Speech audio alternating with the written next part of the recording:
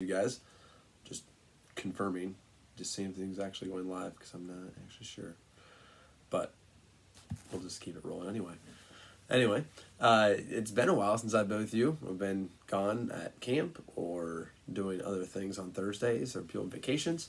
So we haven't seen each other in a while, but it's good to be back. As a reminder, don't forget that this upcoming Sunday, we have all our regular services like normal. So we have our Sunday school. We are continuing our march through the minor prophets. There's only a few minor prophets left. So be sure to come as Pastor McCarty leads this week's class. Morning service at 10:30. We'll have our evening service again at 5 p.m. And then also, don't forget that this upcoming Sunday morning, we have the judging for the Pinewood Derby cars. So the VBS kids have been working on Pinewood Derby cars to race. We will race them on Wednesday of next week, so you're welcome to come join that. But Sunday, we'll have all the cars on display out in the foyer, and so you can vote on which one you think has the best design. So we'll give out design awards next Wednesday, as well as the speed awards for which car ends up being the fastest. So I hope you plan on coming Sunday anyway, and when you do, that you'll take some time to cast your ballot as to which car you think has the best design in it.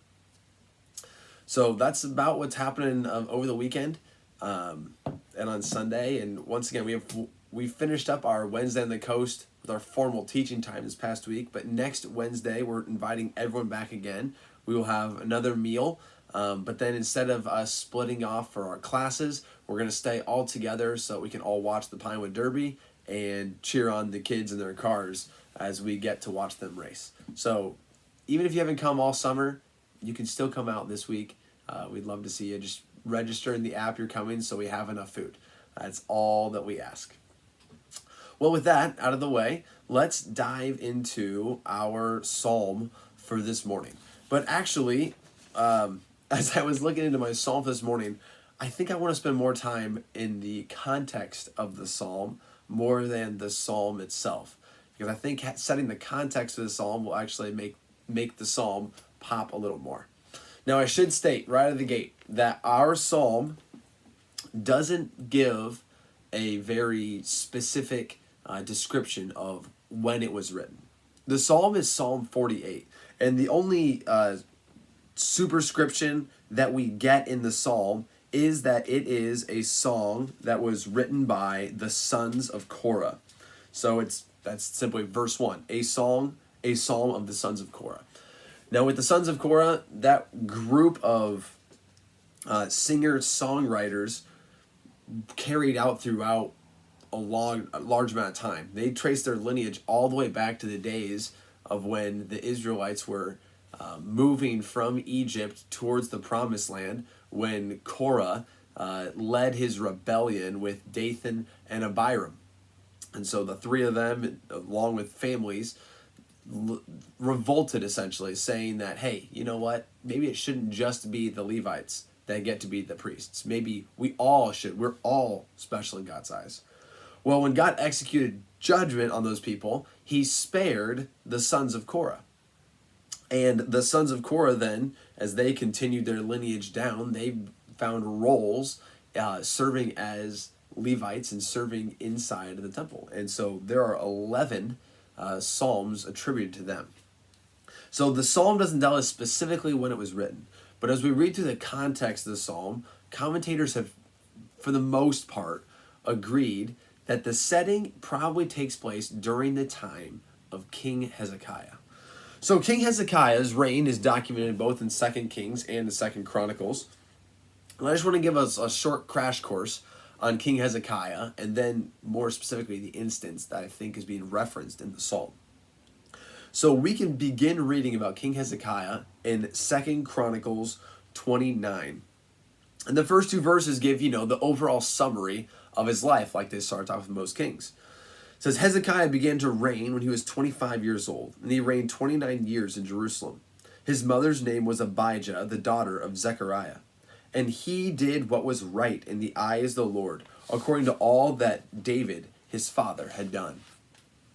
When we look at the reign of King Hezekiah, we recognize that we have a reign of a godly Man. And Second Chronicles really, he spent 3 chapters. He gets Second Chronicles 29 all the way to 33. It's 4 chapters. He gets 4 chapters attributed to him and his works. And so after verse 2, we begin seeing, verse 3 says this, in the first year of his reign, in the first month, he opened the doors of the house of the Lord and repaired them. Hezekiah wasted no time getting to work in his worship of the Lord. And so he spent the first several years of his life getting the temple reopened. The doors had been shut. It had been filled with idols before. It had disbanded the worship of the Lord, disbanded the priesthood, disbanded the sacrifices. And so Hezekiah invested the time and the energy to not only clear out the junk and reopen the temple, but then also to go through and to reinstitute proper worship. So he repaired the temple, he cleansed the temple of all of the idolatry, he reestablished proper worship according to the law. He stationed the Levites and the priests, and he put them back in their proper order so that they could fulfill their duties, so that the nation could worship the Lord properly, and they could worship the Lord wholeheartedly. And then after he got everything reconstructed and started rebuilding it, he also reinstituted celebration of the Passover. So chapter 30 talks about the Passover celebration. And though we don't have time to obviously expound on every element of Hezekiah's reforms and the work that he did, what is intriguing and that jumped out to me in light of our study on the feasts of Israel in Sunday school just a couple months ago, is the fact that in 2 Chronicles 30, verse 2, says, the kings and princes all assembled in Jerusalem and had taken counsel to keep Passover in the 2nd month, for they could not keep it at that time, because the priests had not consecrated themselves in sufficient number, nor had the people assembled in Jerusalem.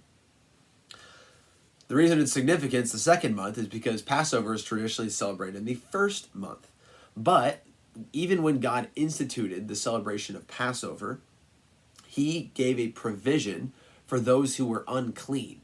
That if you were unclean at the time of Passover in the 1st month, then you could celebrate it in the 2nd month. Well, when Hezekiah finally got the temple up in order and finally got around to we need to start celebrating Passover, it was too late in the game in the 1st month for the people to dedicate and consecrate themselves so that they could be clean and have enough priests that were clean and ready to worship, to serve. And so they bounced and they followed that provision that God had provided in the law to celebrate it on the 2nd month. And so the 2nd month rolls around, the 14th day, and they celebrate the Passover for the full week. So they get Passover and the unleavened bread.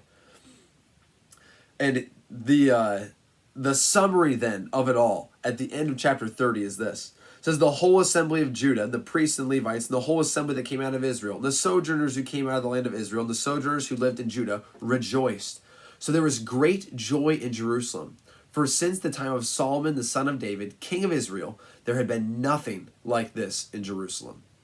Then the priests and the Levites arose and blessed the people, and their voice was heard, and their prayer came to his holy habitation in heaven. Hezekiah, not only himself sought to follow the Lord and pursue the Lord, but he also rallied the people around him as well. And he served as an example that was followed by the nation of Judah, where they too came to worship the Lord. And they saw God in his glory. And they saw God for being worthy of worship and praise. And they followed in the worship of him as well. And so the reign of Hezekiah is a reign of great joy, because the people have found their identity and the people have found their hope in the Lord. They weren't looking to King Hezekiah and his greatness and his strength. They weren't looking to the financial prosperities of the nation of Judah.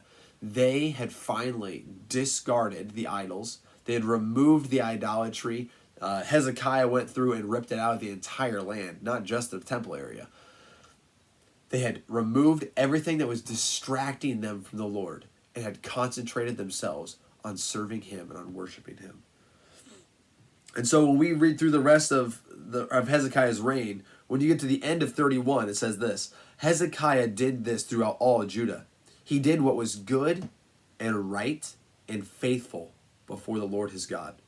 And every work that he undertook in the service of the house of God, and in accordance with the law and the commandments, seeking his God. He did with all his heart and prospered.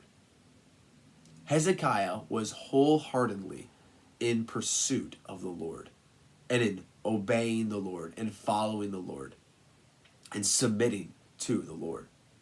And we see his wholehearted commitment to the Lord, I think, best in the next event that's recorded.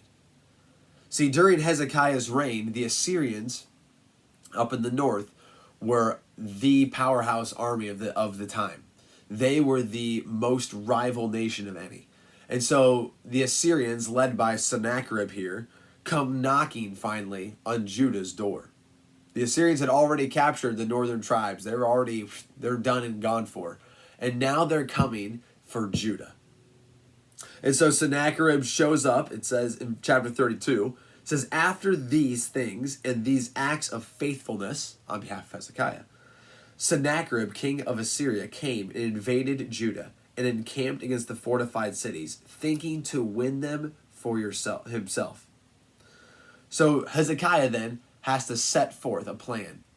Verse 2 says, when Hezekiah saw that Sennacherib had come and intended to fight against Jerusalem, he planned with his officers and his mighty men to stop the water of the springs that were outside the city, and they helped him. A great many people were gathered. They stopped all the springs and the brook that flowed through the land, saying, why should the kings of Assyria come and find much water? So when Hezekiah realizes that the Assyrians are coming, he takes proper precautions as a king to protect his people in their city. So outside of the city walls of Jerusalem was a spring with fresh water. And so the people of Jerusalem would leave the city walls, which was your protection, your defense, to get water, and they could bring it back in. Well, instead of giving the people, the Assyrians, plenty of water, when they're going to set up their siege works and their siege mounds, and they're going to try to wait out the people of Jerusalem, instead of giving those people access to water, he wants to reroute that water into the city. And so even to this day, another shameless plug for trip to Israel, when you go to the city, when you go to the nation of Israel, and you go to the city of Jerusalem, you can actually go outside of the city walls, and you can go to the starting point of this spring, and you can walk through a tunnel that Hezekiah commissioned to be dug out. So people started inside the city, people started outside the city, they dug together, they met in the middle, which blows my mind to this day how they figured that out with, just the rudimentary tools they had. People were so much smarter back then when they weren't relying on these things for all their thinking. But he took proper precautions so that spring was then diverted, stopped outside, and then tunneled its way into Jerusalem. So the people inside the city had plenty of fresh water, and the people who were invading, the Assyrians, would have no access to any water while they were waiting it out. Hezekiah prepared his people appropriately. In addition to getting a water source in there, it says in chapter 32 that he also went around and he refortified the city. He built up broken down walls, he built up towers, he made sure that their defenses were at their top notch. He did everything humanly possible to prepare for this invasion. When Sennacherib then comes, and he comes in a most blasphemous way, essentially exalting himself above God, saying that no other God can stop him and the God of Judah will be the same. And then you get to see the true heart of Hezekiah. The guy who spent all this time essentially making Jerusalem an impenetrable fortress. But when it comes to chapter 32, verse 20, here's what it says. It says, then Hezekiah the king, after Sennacherib's gone on his whole spiel and is trying to stir the people and scare them into a frenzy, then Hezekiah the king and Isaiah the prophet, the son of Amoz, prayed because of this and cried to heaven. Hezekiah had every tactical advantage he could have, every human advantage he could have, the strongest city he could have, yet he did not rely on his built-up defenses. He did not rely on his own ingenuity. He did not rely on the savviness of his military to save him. He went to the Lord in prayer. Now, if we were to flip over, actually you can't with me. If you flip over to 2 Kings In 2 Kings chapter 19, we get more in depth of what Hezekiah actually prayed. And we also then get the answer from the Lord. And so the Lord answers Hezekiah in verse 32 of chapter 19 of 2 Kings. It says, "Therefore thus says the Lord concerning the king of Assyria, he shall not come into this city, or shoot an arrow there, or come before with a shield, or cast up a siege mound against it. By the way that he came, by the same he shall return. He shall not come into this city, declares the Lord. For I will defend this city to save it, for my own sake, and for the sake of my servant David." After Hezekiah goes to the Lord in prayer, God says, "I will answer your prayer, and I will make it so that none of your defenses never even need to be used. That wall won't have to hold back a single arrow from getting over from hitting a person." Carries on, it says, "And that night the angel of the Lord went out and struck down 185,000 in the camp of the Assyrians. And when people arose early in the morning, behold, these were all dead bodies." God miraculously delivered his people from destruction.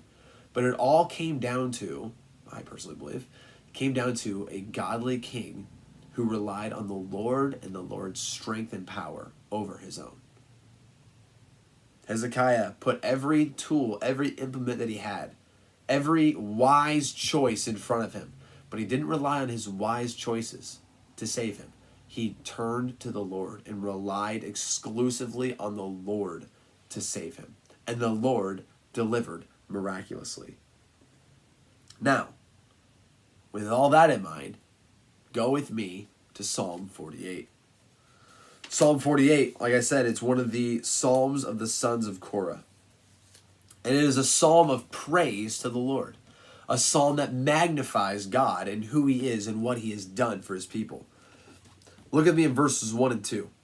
It starts off with, "Great is the Lord and greatly to be praised in the city of our God. His holy mountain, beautiful in elevation, is the joy of all the earth. Mount Zion in the far north, the city of the great king. Within her citadels, God has made himself known as a fortress." The object, obviously, of praise is God himself. But a lot of it is centered around the worship of God in the city of Jerusalem. That is the city of God that's mentioned in verse 1. The holy mountain. Once again, go to Israel, visit, see it at least once in your life. When you get there, you will realize that you will ascend a hill. Jerusalem sits atop a very high hill, a mountain as it were. Not quite like the mountains we have around us, but a mountain nonetheless. It sits atop a high hill. That's why it's called a holy mountain. That's why it's in its elevation. It's beautiful in its elevation. It can be seen from all over the land around it, but then it also made it a good defense, because in order to attack said city, you are going uphill. If there's anything we know about military warfare, it's that you want to have the high ground. High ground is always helpful to have. He notes that it's in the far north. Well, within the boundaries of the nation of Judah, Jerusalem was in the northernmost part of the nation. So it's pretty safe to say that this psalm was written after the division of the two nations. It wasn't while they were still united under the days of David and Solomon. It had to have been after the split, because there's no way you would call Jerusalem in the north if they were going all the way up to the city of Dan. But the key, I think, is in verse 3. It says, "Within her citadels, God has made himself known as a fortress."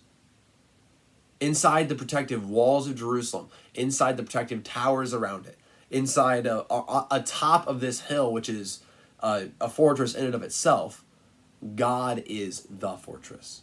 He is its strength. He is the people's strength and the people's refuge, not their own contraptions or buildings, things that they've devised. Now, 4 through 8, I think, is how we can get to the point. This is where the commentators tend to decide that this is why it fits with Hezekiah in the Assyrian invasion. Verse 4 says, "For behold, the kings assembled, they came on together." So they're attacking the city. "As soon as they saw it, they were astounded. They were in panic. They took to flight. Trembling took hold of them there, anguish as of a woman in labor. By the east wind you shattered the ships of Tarshish. As we have heard, so we have seen in the city of the Lord of hosts, in the city of our God, which God will establish forever. This is obviously, like I said, there's no specific way to say this is exactly the event that was in mind when the sons of Korah wrote this psalm. There were numerous times where armies invaded against Jerusalem and tried to overthrow it, and they were destroyed. But the people were not in panic. They were not in fear over the city itself. They were not in fear over the mountain they had to climb. They were not in fear over the fact that they didn't have any water to drink. The only reason that fear struck them is because the Lord was fighting for his people. The Lord was accomplishing these feats. It's even reminiscent of the people of Jericho. If you remember when the two spies went into Jericho the first time and they were hidden by Rahab, Rahab mentioned how the hearts of the people are melting in Jericho because they have heard of what God had done in parting the Jordan. And they had heard of what had happened with the nation of Israel beyond the Jordan River. And so the people of Jericho were afraid of the Israelites. The Israelites, who were just essentially a nomadic people at that point in time, just wandering through the desert, pitching their tents wherever God had them set up shop, that had whatever weapons, they had gotten from Egypt on their way out. The people of Jericho were deathly afraid. But it wasn't because the Israelites were the most formidable soldiers in the world or the biggest, the strongest. It was because the Lord was fighting for them. And in Hezekiah's day, Hezekiah did not rely on the strength of his military. Didn't rely on anything he had set up for himself. He relied on the Lord and the Lord's strength. And the people saw it and panicked. And the God delivered his people. The psalm goes on to praise God. It says this: "We have thought on your steadfast love, O God, in the midst of your temple. As your name, O God, so your praise reaches to the ends of the earth. Your right hand is filled with righteousness. Let Mount Zion be glad. Let the daughters of Judah rejoice because of your judgments." God's praised, I think, for three things in those few verses. First of all, he's praised for his love.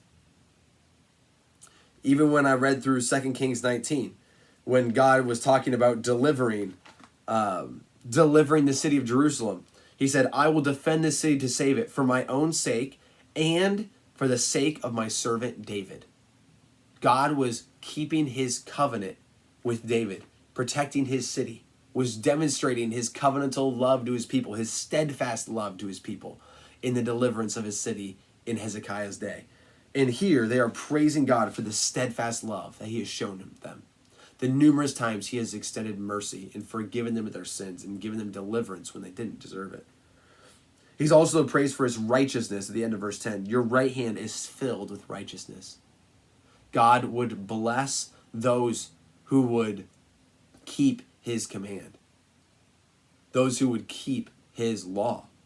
He would do right by those who were doing right, and he would punish the wicked. And in this instance, in Hezekiah's day, Hezekiah and the people had humbled themselves and had turned to the Lord, and they could rest in God's righteousness, knowing that they were living rightly. Whereas Sennacherib, with his blasphemous approach to the Lord, with his absolute disregard for the holiness of God, was standing in opposition. And so he was going to be on the receiving end of wrath because of God's righteousness. And we, as God's children, we can rejoice in the righteousness of God.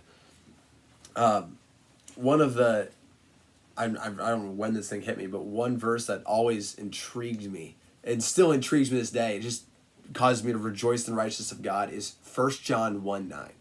If we confess our sins, he is faithful and just to forgive us our sins and to cleanse us from all unrighteousness. It's the just part that is intriguing to me, because that is God's justice being carried out properly. If I confess, the just and right thing for God to do is to forgive, which is pretty antithetical in our world today. If you're wronged, justice says you should be punished for your sin. You should be punished for your crime if you have broken the law. And so it almost seems antithetical until we realize that Christ fulfilled the punishment for my sin. Christ fulfilled the punishment of the law. He has justly filled what I owe. And so when I go to God and I confess my sin, God does what is right and what is just in forgiving it, because the punishment has been paid for by Christ on the cross. And I think Hezekiah here, he was rejoicing in the righteousness of God, and then ultimately he was rejoicing in the law itself, which kind of go hand in hand.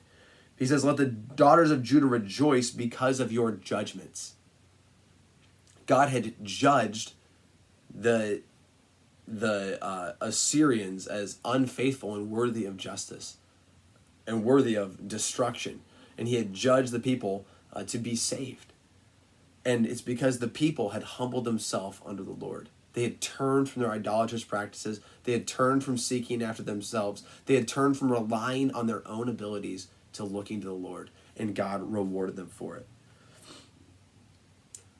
And so the Lord is praised for these things. And then the psalm ends with a little walk around the city, as it were. Verses 12 through 14. It says, walk about Zion, go around her, number her towers, consider well her ramparts, go through her citadels, that you may tell the next generation that this is God. Our God forever and ever. He will guide us forever. You take a little tour of Jerusalem, you'll see the city walls. I mean, some of it, so it's none of it's really original anymore. Not all of it's original, I should say, but you'll see some of the city walls. You'll see some of the original things that were here and there. And the people were encouraged, go around, look at the defenses of the city. But recognize this, it's not the city itself. It's not the walls. It's not the towers. It's not the defenses. That is not your God. Your God is the living God. Your God is the God who made his promise to his people to protect and to love and to serve and to keep them safe as they serve him. That is your God. He dwells with his people. He dwells, his name has been made with his people, and it's there in the temple, and they can worship the Lord in sincerity. And so instead of rejoicing over the city itself, you rejoice in the God who has chosen to make his name great in the city. He is our God forever and ever. And he is the guide then forever as well. Or another way it's actually translated is he will guide us beyond death. Which actually, if that's the translation, that's, God gives that eternal hope as well. Not only will God guide us forever while we're breathing in this life, but there's also that hope of eternal relationship with him, of an eternal presence of the Lord with us at all times. And so, as I read through Psalm 48, we don't look to our cities, as it were, to protect us. We don't have the same kind of city walls and siege works and things, but we do set up things of protection in our life. Hopefully. Hopefully you're wise. You make, wise choices. You lock your car doors at night. Maybe you lock your house as well. There's certain wise practices that we do for protection. And we can even do that for our loved ones, for family, for friends. We do it for our own lives. You do it for your own health, the things you eat, the things you don't do. But let us be sure that we aren't looking to our own abilities, our own strengths, our own wise practices for our protection. Because the reality is, those things will all fail at some point in time. The locked car can still get a window smashed in. Your perfectly healthy body can suddenly get sick and ill. Friends and family, you can put as many protections around them. I could bubble wrap my entire house and my kids will still find a way to hurt themselves. It doesn't matter what we put in place. Things can always go wrong because we live in a fallen world, and we are not omnipotent people, but we do serve an omnipotent God. And that Lord is still our God. He is the ultimate fortress to run to. And so whatever is weighing on your heart, make wise choices to help fix the issue, remedy the issue. If you need guidance, come talk to someone. Me, your pastor, another godly friend at church. Seek wise counsel, but don't rely on the wise counsel for your deliverance. You must run to the Lord. Be like Hezekiah. Put everything in place and then go to God in prayer. It's just like Ephesians 6. Ephesians 6:10 begins the armor of the Lord, the description of that battle. And it ends with, after every piece of the armor is put on, praying at all times. It's the picture of a soldier putting on every piece of armor so he's ready to fight. And then instead of charging into battle, he just drops to his knees and gives it up to the Lord and says, I need the Lord's strength. The Lord will deliver me from this spiritual attack that's coming my way. And that is exactly what we see demonstrated in a physical way in the life of Hezekiah. And I think even in this psalm as well. All the proper tools are in place, but we rely on the Lord for his strength for the actual deliverance. So let us rejoice. Great is our Lord and greatly to be praised. Even if you're walking through difficult, trying times right now, God is still great. He is still there. Continue going to him in prayer. Continue lifting up your requests to him. He hears and he answers, and he delivers his people. Well, thank you again for joining me on another one of these Thursdays. Look forward to seeing you hopefully on Sunday. Don't forget to come ready to vote on those cars. But come, more important than that, come to be with God's people. Come to rejoice. Come to praise our great Lord with his other children. And come to be encouraged and